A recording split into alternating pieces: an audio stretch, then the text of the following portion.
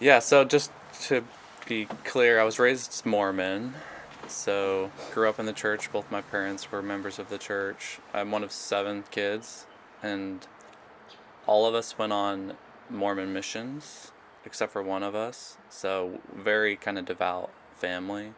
I was very active in the church. I went on a mission. I served in like leadership callings locally here for the church. As far as I was concerned, I was just going to be Mormon my whole life and die Mormon, serve as senior couple missionary with my wife. So, and then I think it was last summer. So this is summer of 2021. Um, my wife had at this point, started to be a little bit less excited about going to church. This was also during the pandemic. So she was a bit of, she had some concerns with the church relative to kind of social issues.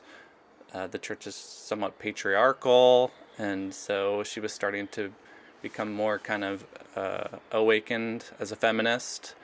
And obviously the church has some issues relative to like the LGBTQ community, and she has some friends and family and others that were kind of in that community or relative or supporters of that community. So she was starting to have some cognitive dissonance with the church, and had for quite a while, and she also had to take little kids to church, which is never really fun because you're just trying to survive and trying to keep them quiet during church. So new moms don't always have the best experience going to church. Sure.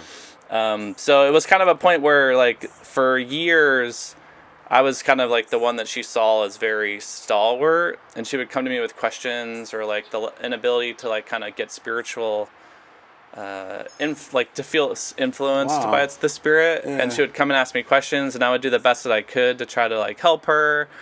Best that you could, and you were still. Oh yeah, I was fully right. in. Okay. Yeah, This is really my transition was not a gradual one. It was very abrupt. Really? Yeah, so last summer then, we kind of have this backdrop of my wife is a little bit, she's still very much active, but starting to have like some kind of reservations about some aspects of the church. And then my brother, who is a former bishop, which is kind of the leader of a congregation locally. So you have like stakes, which are like a combination of like 10 wards. Yeah. And then a bishop is the head of a ward in our church. Yeah. So they have a couple hundred people that are kind of with them. And then it's just you get called to do it. You serve for like 5 years, and then they release you, and then you can go do something else. So he was serving as the bishop for 5 years, which is kind of the head of the congregation, and had been released at this point. But he set up like appointments with all of our siblings, which is like 6 or 7 of us, right? And I guess my family hasn't always been the best at like kind of communicating with each other about things that are either challenging or vulnerable. Like most families. Yeah, we're not the most vulnerable people. We're all pretty laid back. Like it's a very easy family to kind of slide in and out of, because it's not a very high demand family. It's pretty low stress. Everyone's pretty even keeled. But so he sets an appointment with everyone, and he says he wants to talk about his faith journey. And so I go to his house. I'm not sure what's going to come from it, but in the course of that conversation, he kind of reveals, and he's very vulnerable about the fact that he has like some real concerns with the church. That's a big deal when he's a bishop. Yes. That's former bishop at former this point. bishop. Yeah. That seems like it'd be a pretty big deal when. Yeah, well, he's also just you kind of have this narrative of who someone is in your mind, right? Yeah. And you just assume that he is this person that's very devout and has really strong faith and beliefs, and that's kind of the narrative that you have. Right. And there was no inclination in my mind, and I think a lot of our family's mind, that there was anything different from that, like that there was a reality that was different from that. Right. Partially because he didn't feel comfortable being vulnerable about those doubts while he was experiencing them. So for me, like, I had this conversation with him, and in the course of it, he kind of reveals that he's had some questions. He has some concerns about his faith. And he kind of asked me some questions about kind of what I believe and where and why I believe, what I believe. And essentially, in the course of that conversation, I told him I'm a member of the church because I believe it's true. Like, I go to church not because of the social programs or because of, the community or the friends. Like, I'm a member because I believe it's true. Wow. And I believe that. That was why I believed it. And so he said he didn't at any point try to disrupt my faith in any way. Yeah. But he's like, well, if that's the case, then maybe you should like interrogate that a little bit, and just kind of. And what'd you think when he said that? I thought, great. Yeah, I should. Okay. Yeah. I could see people taking it very differently. So in the course of the conversation, he had kind of revealed that like there was some information about the church that he found troubling relative to its past and kind of its doctrinal history. But he didn't talk about anything specifics about those things. So for me, in my mind, I was thinking, okay, he's found some issues. This is a person that I respect, that I look up to. What was his primary reason, do you think, that he thought his belief was no longer true? If you were to, I know you're talking about somebody else's belief. Why did he not believe anymore? Mm-hmm. What if you were to come up with a primary reason why he changed his belief? I think it was a couple things. The church teaches you that you gain a testimony or a belief through spiritual experiences. Okay. So, like, you go to God, you ask him if this is true, and then you get an answer back telling you that it is. And he had tried many, many times throughout his life to do this process of, like, praying, waiting for an answer, feeling the Spirit telling you that it's true, and had never felt that he had received that answer. Okay. And he was someone that had been kind of devoted his life to it and never felt like he got the response, right? So that's one aspect of it. I think that was kind of always lurking in the back of his mind. Which I find is interesting because I think some people in that situation, many people in that situation, will go looking for the response, and I think the act of looking for the response, they find the response. Sure, of course, yeah. But he didn't. And I'm sure there's probably points in his life where that was the case. Okay. Where like he's like just by like human necessity, he needed to had felt like he had found it. Yeah. And perhaps was able to convince himself of that. I would be interested to get his perspective on it. Right. But in the sum total of his life, he had never really felt like he had found that kind of spiritual confirmation. Yes. So he had that kind of as the subtext. And then beyond that, once he kind of allowed himself to think more objectively and to consume information more objectively, he realized that there was some like kind of just like objectively troubling aspects of the church's history that called into question its validity. So like I think it was the combination of like I've never really gotten this spiritual like yes from praying. Right. And then you combine that with like I've done actual research about the church and looked at it objectively as if I was a third party and found that there was aspects of it that I don't really agree with. So that's how I think he came to believe what he believed. But he was still a believer in God, and he had kind of had an experience recently at that time where he felt like he felt like a spiritual confirmation that what he was doing and kind of pursuing his truth was a good thing, you know? And it was the most spiritual experience of his life was when he had started to move away from the church and allow himself to kind of think more objectively and to kind of just follow what he believed to be true. That's at that point it's when he felt like he had kind of a more spiritual confirmation. And I think, you know, what he ascribes that to may evolve over time. Yeah, sure. But that was the reality, and that was kind of the context from which he was meeting with us. So he was like actually in a really good place, like emotionally, and he was like, I think he was a little vulnerable and nervous about talking to everyone in our family and like opening up this can of worms with all of our. We have, like 50 of us when we all get together with our kids, right? So the general reaction is that you said, which is interesting. You said, "Well, I believe it because I think it's true and objectively true." Yeah, objectively true. And I would imagine your wife might have had a little bit of a different reaction given where she was. If she was talking to him? Yeah. Yeah, I think she would have said... Oh, she wasn't there at the time? She wasn't there. Okay, it was just me and him. I was up there in Maryland where my family lives. I gotcha. But I think if she was there, she probably would have agreed with him on a lot of aspects of it. Right. Right. But it wasn't. There was. But you guys were. It didn't affect the relationship. You guys were fine. No, we were fine. Like, no one in my family has.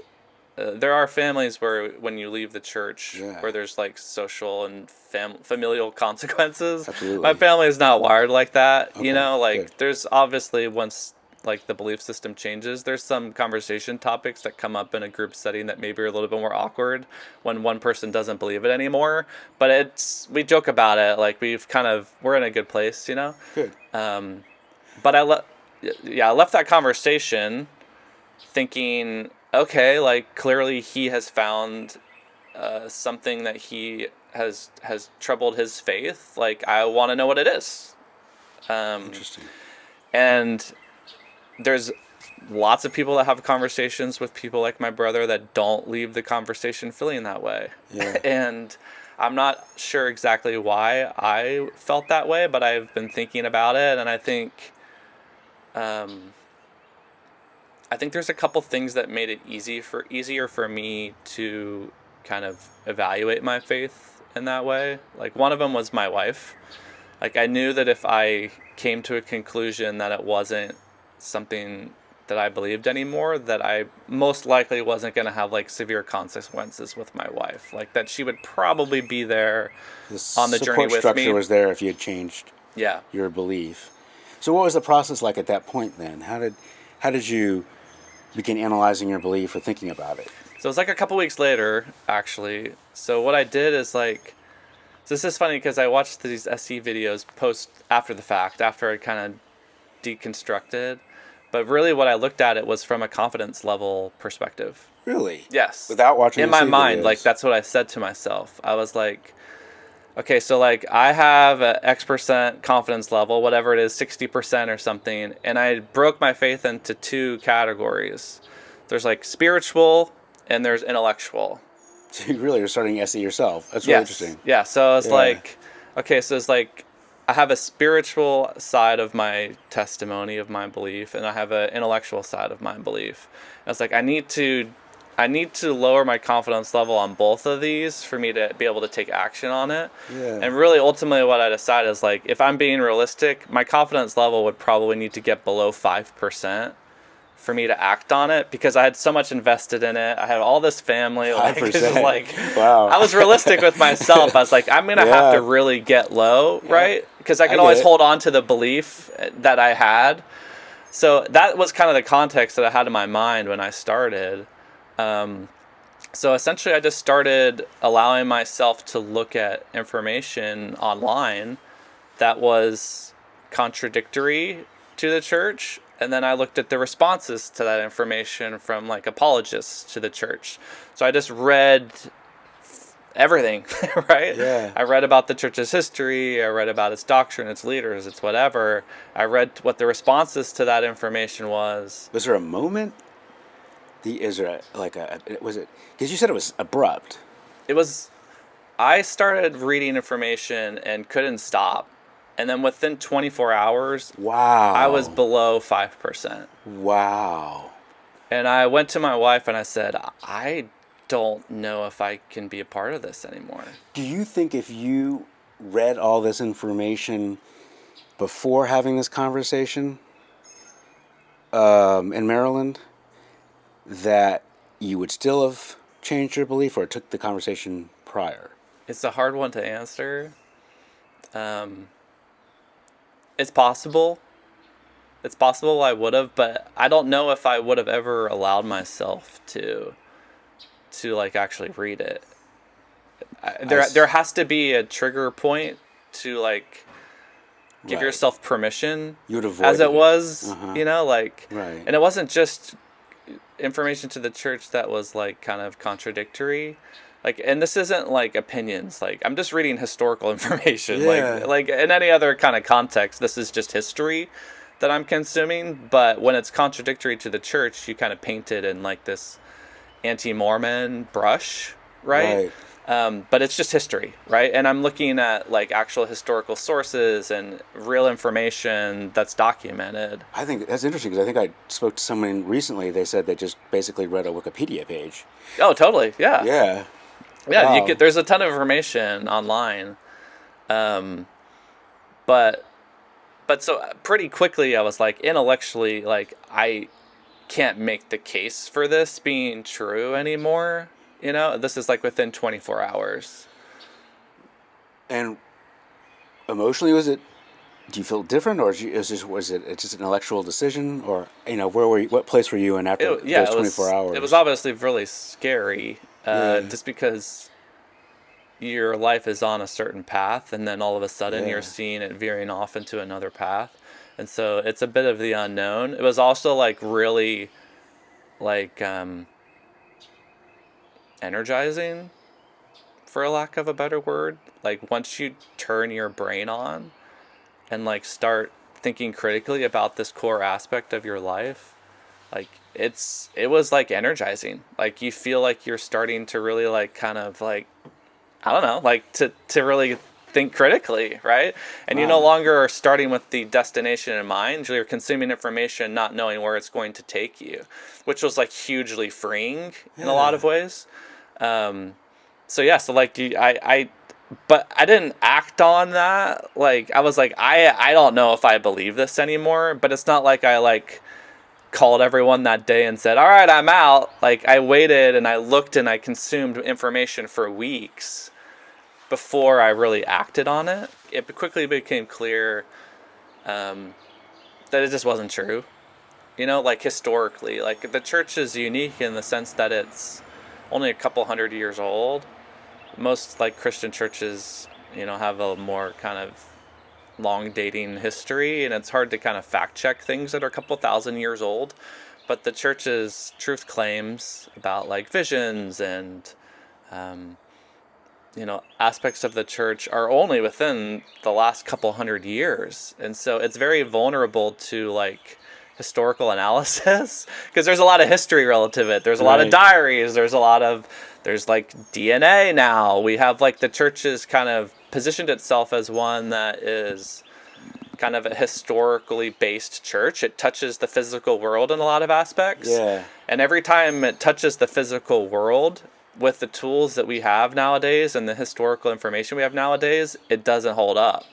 And it's a problem for the church in the long run, because the internet is a real information. It gets the information out there so much more easily, and there's a lot of people that have come to the same conclusion as me in the last few years as a result of kind of consuming information on the internet. Were you concerned that you wouldn't become, after this transition, you'd be a different person, and a different person that you either didn't like or didn't recognize or didn't appreciate, or you didn't think that? Okay.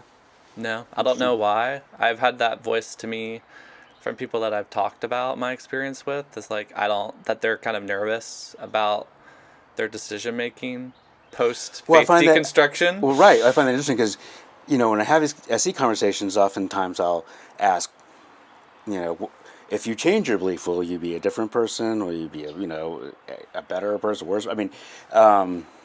It's just interesting the responses you get, and I'm just curious how you thought it was going to be, how that lined up with how it actually was.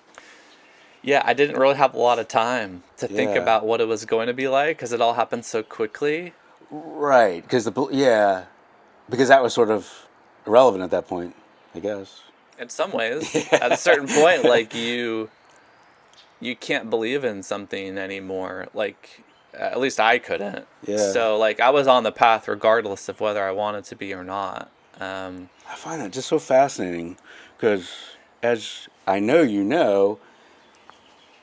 the vast majority of people in your situation don't arrive here.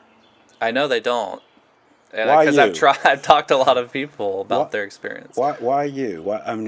Why do you think? What is it about you or your situation or your family or I would imagine you're giving this some thought. Yes. Why? What is it about you? I think there's a couple things. So one is like, I've always been a very, I'd say, devout and very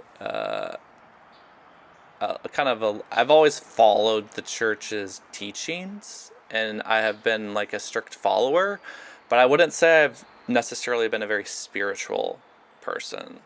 Like, I've had some spiritual experiences, or what I ascribed to be spiritual experiences growing up, but I wasn't one who's like, oh, I need to make this decision. I'm going to take it to God. I'm going to get an answer, and I'm going to act on that. Or I wasn't one that was like, the whole life was really built around spiritual impressions. And so for me, it was like, I know people that every big decision they make, they wait to get a spiritual confirmation of it before acting on it. That was just never me. Like, I lived my life. I made decisions.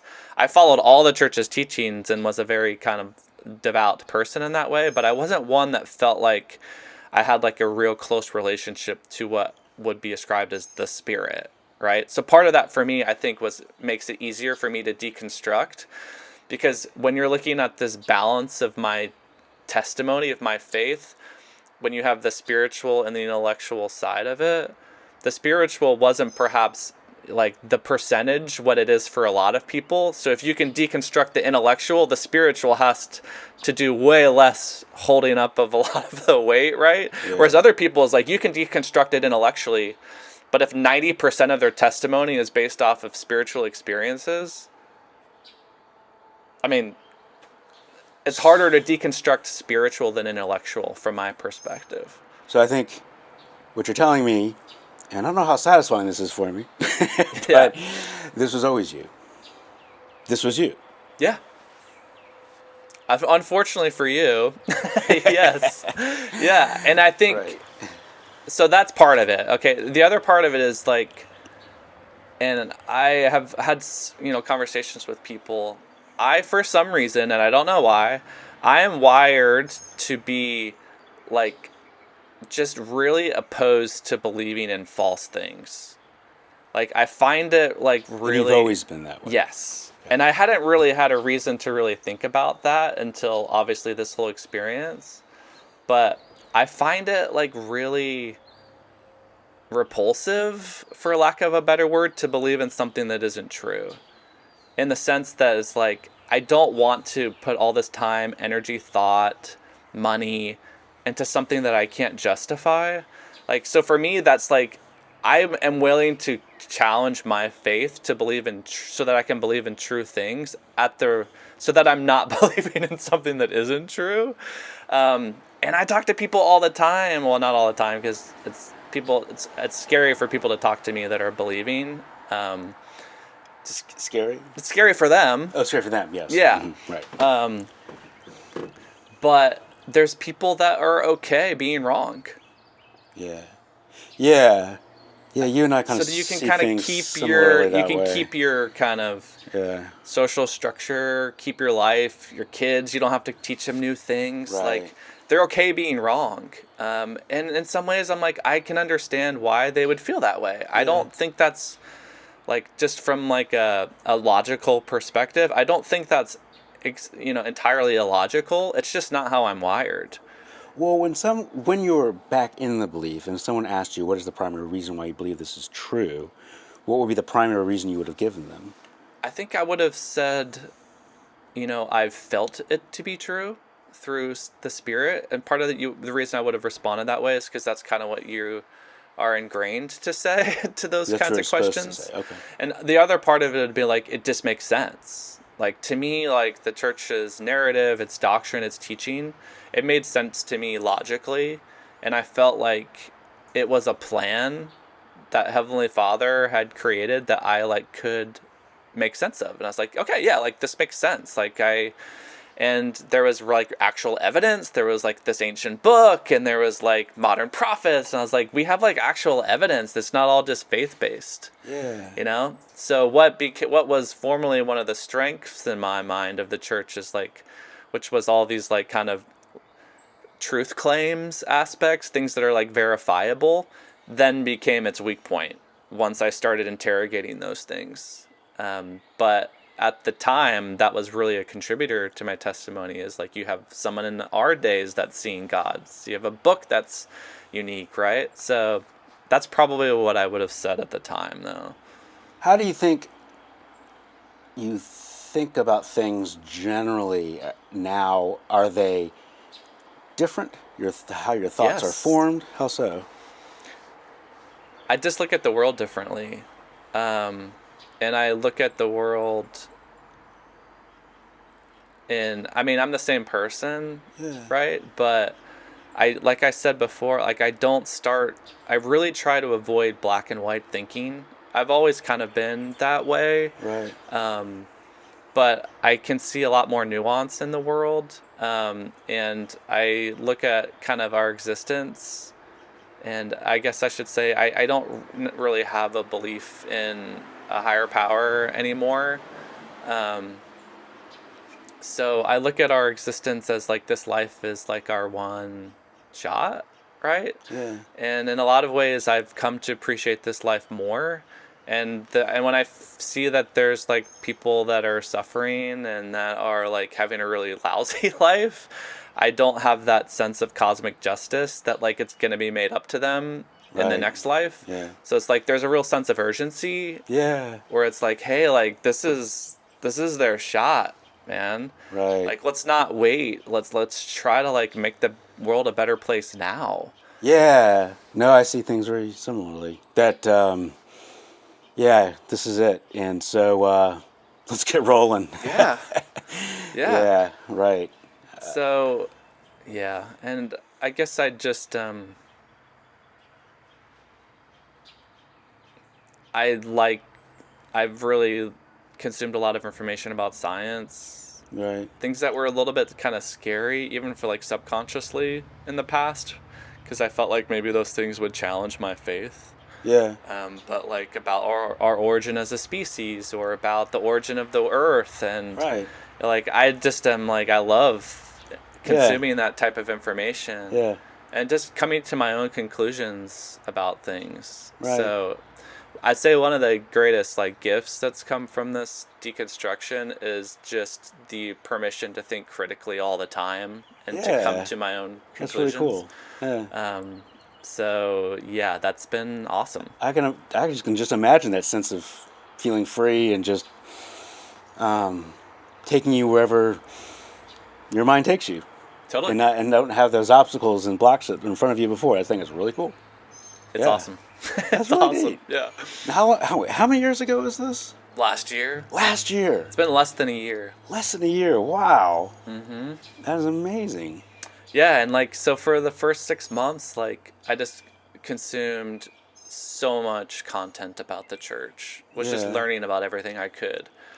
And I was doing it because I think partially, if I had to be completely honest, I would have to probably say that some of it was just to like reinforce that you've made the right decision. Yeah, right? Like it's a huge decision. Sure. But at the time, really, like I wasn't really having doubts about my decision. Like I just enjoyed it. Like it was like a form of entertainment to me. Yeah. Oh yeah. Yeah, like it was entertainment. Because you're reading as like an outsider. Yes. And you're watching it like it's a documentary, right? But it's something that like everyone in your life believes and that you believed. Yeah, so you have both perspectives. Wow, right. And it was just fascinating because you're seeing something possibly that you think that they're not seeing, and probably vice versa. Sure. Yeah. Totally. Which is interesting. Mm-hmm. And but then your wife, who had those thoughts initially, but you changed more abruptly, right? So, and did she catch up at that point? So we started reading like kind of historical information about the church at the same time, on the same day. So this was a concerted like, okay, we're going to do this together kind of thing. So I had more of an appetite, I would say, in the first 24 hours, and probably more time. Like I was like, I couldn't really do my work. Like I was just like, I just got to keep reading, right? So I was reading probably a little bit faster than her, which is ironic because she actually reads like twice as fast as me. She just reads all the time. But on this, I was just reading. Yeah. And so I was kind of taking her, showing her different things. But we got to the same point within a day or two of each other. Like we were there together. So there was never a point where like I was like, okay, like where we were uncertain about it. Like we came to the same conclusion at the same time. So she had never really allowed herself in the past to kind of look at the church's historical issues, because she felt like if she did that, there was a chance she was going to lose her faith. But it gave you more of a permission. Which, to my point, she didn't do it because she was worried about me. Right. Right? This is why Right. people don't do it. They're worried about their Yeah. relationships. Right. But the Sure. minute she saw that I was willing to do it, she did it too, and she allowed herself to look at it, and she saw all the same issues because she was allowing herself to think objectively. If someone is in your situation, and I know you're actually probably in a better situation than most, more fortunate in that way, but if someone finds himself in a situation where they're surrounded by family members who may not be near on the same page as maybe you two were, do you have any advice of like how you'd go about it, like what you would start to do to get the wheels moving in that sense? So are you asking, like, how to... We're assuming here in this scenario that the person has already given themselves permission to look at things? Well, the person's questioning, Okay. and possibly what's stopping them at this point is not so much if they really thought about it, maybe they would say to themselves, yeah, this probably isn't true if I really dug in more into it. Yeah. But I'm not going to because I'm married to this person and my father-in-law is this person, and I'm just like that kind of situation. I would imagine happens fairly frequently. Yeah, it does. It happens to people I know. I know Yeah. people that are in this exact situation. What I mean, you might not have advice. There might not be an easy answer. I don't know. I think it's case by case. Yeah. I think in general you have to be respectful of other people's beliefs, even if you like come to the conclusion those beliefs aren't justified or based in a reality. Like, you're not going to get very far with people by being confrontational about their beliefs. Sure. Obviously, you know this because you're doing this exercise. But part of the reason why I reached out to you is I was coming to the same questions myself of like, how can I have conversations with people that I care about belief and actually have it make an impact? Yeah. And I had a couple conversations with people, and I instinctively came to this Socratic method. Yeah. And what I realized through these conversations is if I told them what I believed, that their guard was up and they weren't really listening. They were just trying to kind of justify what they believed through the lens of what I was saying. So I started asking questions. Well, my question is open was an open question, and the fact that she said street epistemology does make me happy. I think that's I think that is seems to be a good way to maybe break the ice in these situations where you can ask questions, just asking questions, and having the person reflect on how they go about forming their beliefs. It's the only entry point I can see for a certain type of individual. Someone that has a lot to lose. And to be fair, like, I never push anyone in any way about their belief. I only really talk to people about their belief if they're asking me about it, if they're curious. Yeah. Which doesn't happen a lot. But what I realize is people that are really in and like haven't had an exterior force cause them to start questioning, the only real entry point I can see is to like ask questions about their belief and why they believe what they believe. Do you think it's okay to ask people about their beliefs? So you're thinking maybe it's not okay to ask people about their beliefs when it's unsolicited, just to ask people what they believe. I don't think it's inherently wrong to ask people why they believe. I think it's probably good for our species to be more kind of self-critical in that way about what we believe. Yeah. But I have to live with people like in my life, sure, right? Sure. So if it's people that I know, like, I think it's a different level of familiarity there where it's like, I feel like I've made the decision that I'm not going to be an instigator of people's faith journeys, but if they're along the way, and I've had a lot of people reach out to me since I've kind of like very kind of delicately made my transition public. A lot of people reach out to me with various aspects of their own journeys, like having their questions or they've come to the same conclusions and they just want to talk to someone about it. Yeah. Like I've had a lot of conversations like that. And I've had a couple conversations with people that are fully believing, that are like asking questions, but it doesn't happen a lot. Yeah, and I asked you that because I mean, it's a legitimate question because I don't want to be an instigator. I really don't. And I think sometimes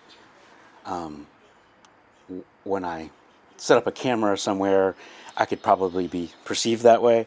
And I am basically asking people about their beliefs, kind of unsolicited, but I mean, I'm letting them know what I'm Yeah. doing. Yeah. Yeah.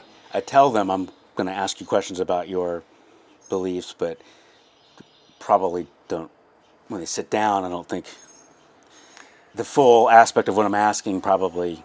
Well, my Yeah. suspicion is that so when you're a missionary for the church, Yeah. like essentially what you're told is just testify to everyone, and those that are prepared, those that are ready will respond to it.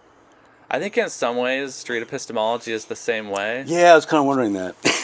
It's like you're probably not going to get through into like an actual change of outcome Yeah. for the majority of people. You may have like an influence on potentially the way that they think in a small degree, but you're maybe probably not going to change outcomes unless Yeah.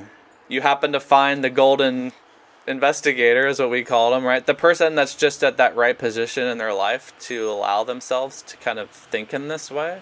So maybe we're like the missionaries for critical thought. Beautiful. Yes, I think that's a good analogy. Yeah, it's like, and more than anything, what I am trying to do, I want to find people like me. Yeah.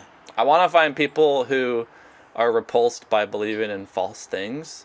And if I find those people, then I will talk to them. Yeah. People that are comfortable in their beliefs and people that are kind of not causing harm to the world in their beliefs. I, at this time, don't have a desire to disrupt them. I'm happy to like help them think through and talk about what I believe, but I'm not instigating in those scenarios. What you're doing, I'm totally comfortable with. I think it's productive and helpful. I'm not sure, like I said, I think there's probably only a small or X% of people at the time that'll probably actually change what they believe. But there will be some that you'll kick them off on the path and their lives will be better for it. And if you can influence some small percentage of people, I think it's a worthwhile venture. Well, tell me what you think about the conflict I kind of have about this, or I've thought about this, is that, if someone doesn't want to change their beliefs, or maybe an appropriate way to say it is, if their belief is such an underpinning to their world or to their structure of their lives, and by removing that structure, that belief, their world comes tumbling down, I'm not interested in that. The point is to ease suffering, not cause more.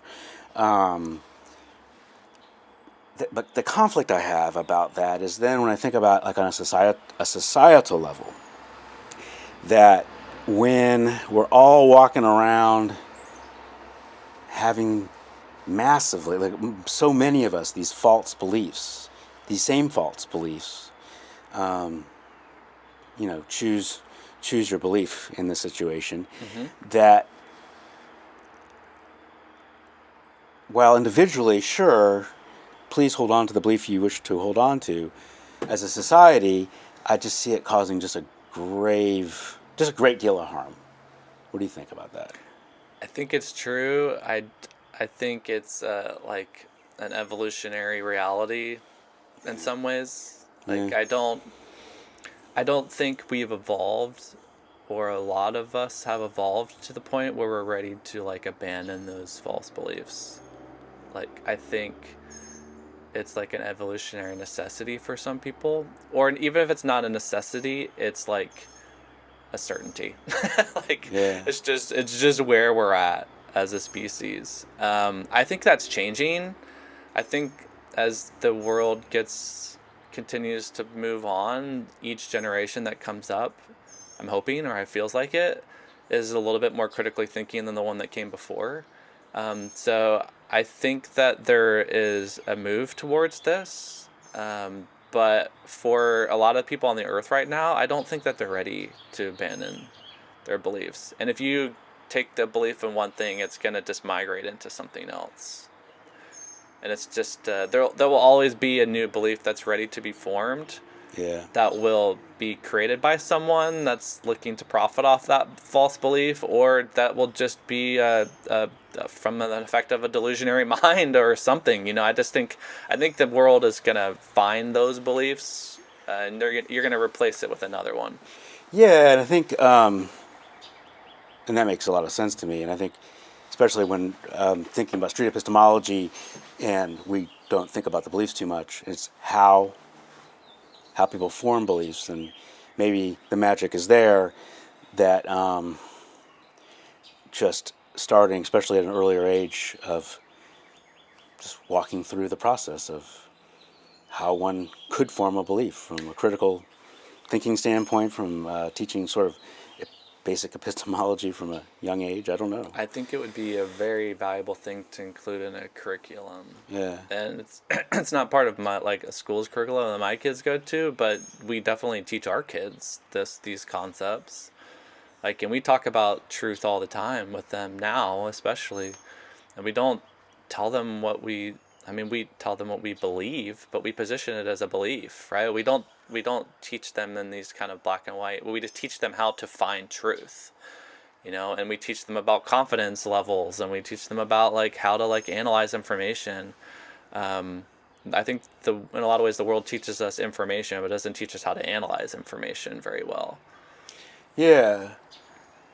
I think, looking back on maybe on my college experience, I think the most impactful class I've ever taken in college and grad school, for that matter, would be freshman year. I took a symbolic logic class, and it just helped me think of things in terms of everything could be seen as a way to analyze.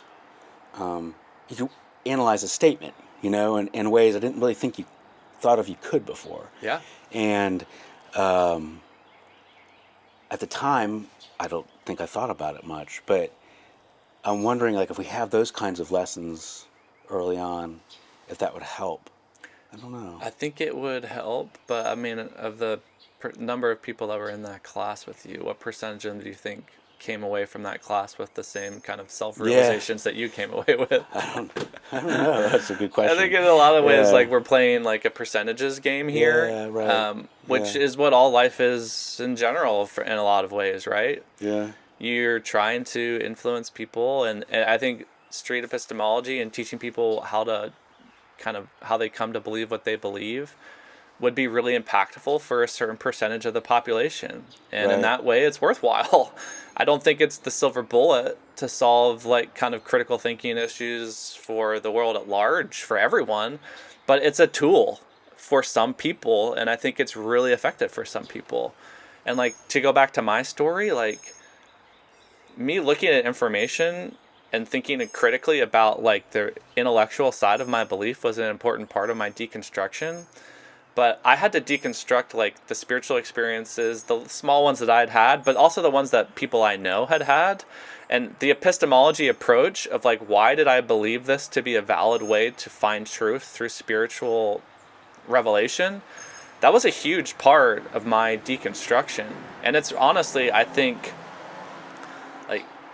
that's why the epistemology really stood out to me, and that's why I reached out to you, is I came across this concept and I was like, yes, this is an important part of how to deconstruct someone who's really has a spiritually based testimony. And I was just fascinated by it, and I could see the validity of it for me, but also for people that are kind of like me that are out there in the world. Yeah. I get the sense that you were, tell me if I'm wrong, could be way off, but you were fully, I'm going to go on a limb and say you were fully a critical thinker in that sense of the word before your whole life, except for maybe this piece that was over here. What do you think about that statement? Fair. Yeah, I think that's fair.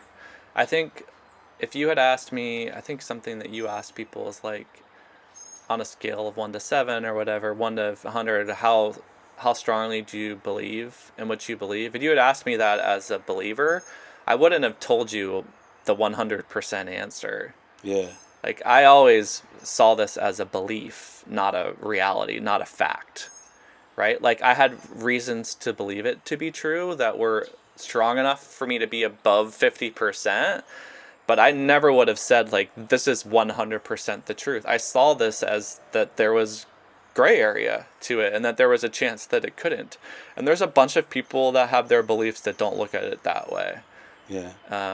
And those people are going to be a lot harder to reach through epistemology than people that kind of go through the world not looking at things as like black and white if they're not justified in doing so. And that's just kind of how I've always been wired.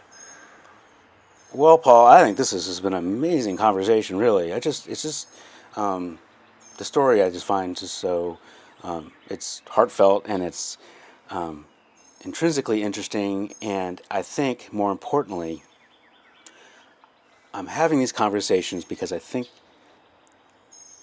they're helpful for people, and I think that just by us talking about this and me talking through these issues with someone who's on the other side of it, and in the context of epistemology, could be helpful. So I do appreciate that, Paul. And I'm telling you, the door is always open in the sense that I think you would make a terrific street epistemologist. So, and you live in my town, so yes. If you, want to come out and practice street epistemology someday, I know it's not everybody's cup of tea. I think it would be a lot of fun. All right, honestly. Yeah, and it was so funny when I started coming across these videos of street epistemology, and I look in the background of one of these videos of this guy, and I see downtown Hillsboro, and I'm thinking, is this guy in my town? This is a town of 5,000 people or something, and it's a small town, North Carolina. Right. I was like, what are the odds that this one of the street epistemology leaders is a guy that's in my little town in North Carolina? So I was like, I gotta go talk to him. Yeah, it's weird because the town we live in is so small, because I know that people probably look at me at this point like, that's that crazy guy who walks around with his camera. He's just talking to people like, I don't know what's going on. So, I think it would be fun. Obviously, I wish there was more people in my life that I was friends with and family with that would want to have these kind of conversations with me. Yeah. That's probably not going to happen. It'll happen slowly over time with different people. But being able to talk to people in the community about why they believe, I think would actually be a lot of fun. So I'm really down for it. I think it would be fun. All right. That's awesome, Paul. Yeah. Cool. Thanks. Cool. I appreciate it. Yeah. Awesome. Yeah.